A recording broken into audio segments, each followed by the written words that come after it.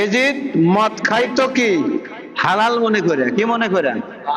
হালাল মনে করেন। তার মানে কি, যে ব্যক্তি হালালকে হারাম মনে করে আর হারামকে হালাল মনে করে, মদ খাওয়া হারাম এটাকে সে হালাল মনে করে খাইতে, এই জন্য এজিদ কাফের। এজিদ কি? আরো জোরে বলে কি? তারপরে এজিদকে লানত দেওয়া যাবে কিনা? লানাতুল্লাহি আলাল কাযিবিন, মিথ্যাবাদীদের উপর আল্লাহ লানত। এজিদ তো একটা মিথ্যাবাদী। এজিদ কি? মিথ্যাবাদী। ইমাম হুসাইন পাকের কর্তৃত শির মোবারক যখন তার সামনে নিয়েছিল, তখন সে খুঁজাইছিল ইমাম হোসেন পাকের মুখের মধ্যে লাঠি দিয়েছিল, কানের মধ্যে লাঠি দিয়েছিল। এক সাহাবা ওখানে ছিল, সেটা প্রতিবাদ করেছিল। তখন এই যে মায়া কান্না করেছিল, হ্যাঁ আমি কি করেছি, আমি কি বলেছি ইমাম হোসেনকে শহীদ করার জন্য? এটা একটা মিথ্যা কথা, এটা কি কথা? অথচ ইমাম হুসাইন পাককে শহীদ করার জন্যই তার মিশন ছিল। তাহলে বোঝা গেল এজিদ মিথ্যাবাদী, ঠিক না? ঠিক। আর মিথ্যাবাদীর উপর আল্লাহর লানত, লানাতুল্লাহি আলাল কাযিবিন। এই জন্য এজিদকে লানত দেওয়া যায়, কাফের বলাও যায়, ফাসিক বলাও যায়। আসলে কারবালা, গতদিন বলেছিলাম যে আজাদারে হুসাইন, মুহররম আমাদের কাছে কি আজাদারে হুসাইন, হুসাইনের মহব্বতে চোখের পানি। আর মহব্বত তো চোখের পানিতে আছে, ঠিক না? ঠিক।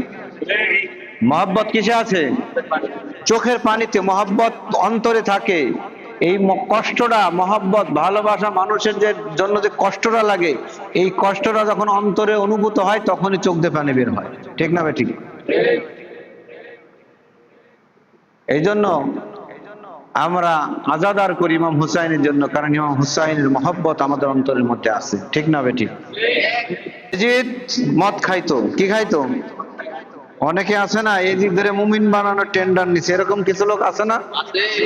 তাফসীরে মাজাহারি পঞ্চম খণ্ড খুলে দেখবেন যে এজিদ মদ খাইতো আর বলতো যে শরীয়তে মুহাম্মাদীতে যদি মদ হারাম হয় তাহলে ঈসার শরীয়ত অনুযায়ী আমরা মদ খাবো। জোরে বলি নাউজুবিল্লাহ।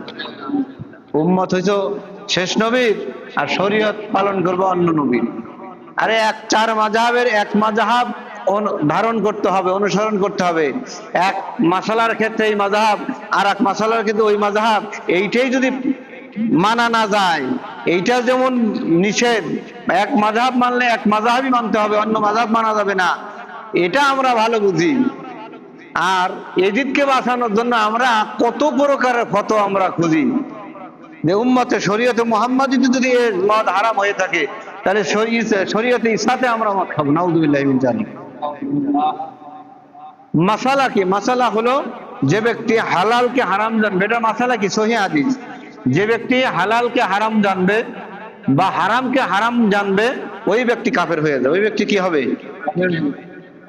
যে ব্যক্তি হালালকে হারাম মনে করে আর হারামকে হালাল মনে করে, কেউ যদি মদ খায় হারাম মনে করে খায়, সে কাফের হবে না। সে কি কাফের হবে না?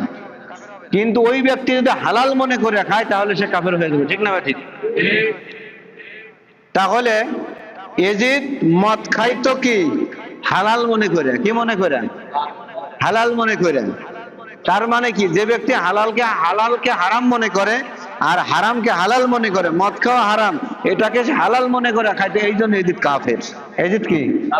আরো জোরে বলে কি?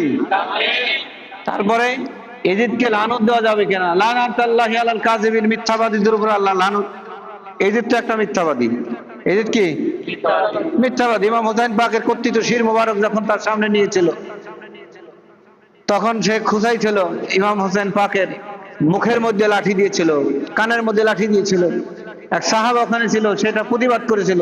তখন এই যে মায়া কান্না করেছিল, হ্যাঁ আমি কি করেছি, আমি কি বলেছি ইমাম হোসেনকে শহীদ করার জন্য? এটা একটা মিথ্যা কথা, এটা কি কথা? অথচ ইমাম হুসাইন পাককে শহীদ করার জন্যই তার মিশন ছিল। তাহলে বোঝা গেল এজিদ মিথ্যাবাদী, ঠিক না? ঠিক। আর মিথ্যাবাদীর উপর আল্লাহর লানত, লানাতুল্লাহি আলাল কাযিবিন। এই জন্য এজিদকে লানত দেওয়া যায়, কাফের বলাও যায়, ফাসিক বলাও যায়। সে বাদর না চাইতো, কি না চাইতো? তারপরে এত কিছু প্রমাণ থাকা সত্ত্বেও, শুধু তাই নয়, কারবালার পরে আর একটা ঘটনা ঘটছিল মুসলিম ইতিহাসের মধ্যে সবচেয়ে ন্যাক্কারজনক ঘটনা, হাররার ঘটনা। এটা অনেকে আমরা জানি না। হাররার ঘটনা কি ছিল? মসজিদে নববীতে 3 দিন, মতান্তরে 5 দিন নামাজ হয় নাই, আজান হয় নাই। এজিদ তার সৈন্য সামন্ত পাঠাইছিল মক্কার কাবায় মসজিদে নববীতে ঘোড়ার আস্তাবল বানাইছিল, ঘোড়া বাইদে রাখতো, নাউজুবিল্লাহ মিন জালিক।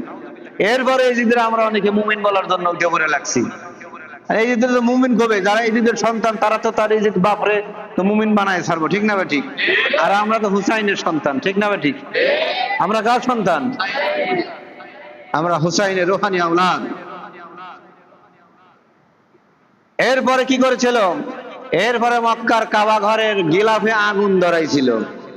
আর যারা যে ব্যক্তির হুকুমে মক্কার কাবা ঘরে আগুন লাগায়, যে ব্যক্তির হুকুমে মদিনার মসজিদে নবীতে নামাজ বন্ধ হয়ে মসজিদের ভিতরে ঘোড়ার রাস্তাবাল গোয়াল ঘর বানায়, ওই ব্যক্তি কি আর মুসলমান থাকে, মুমিন থাকে? এরপরেও আছে কিছু পাবলিক, এজিদ খুব ভালো মানুষ ছিল, তোর মামুর ঘরের মামু, তুই এজিদের নিয়ে থাক, দোয়া করি হাসরের ময়দানে তোর হাসর নাসর এজিদের সাথেই হোক, ঠিক না বেঠিক? আর আমরা ইমাম হুসাইনকে নিয়ে থাকবো, আশা করি কিয়ামতের ময়দানে ইমাম হুসাইনের কদমে ইনশাআল্লাহ আমরা আশ্রয় পাবো ইনশাআল্লাহ। আল্লাহ বুঝার তৌফিক দান করে, সকলে বলে আমিন।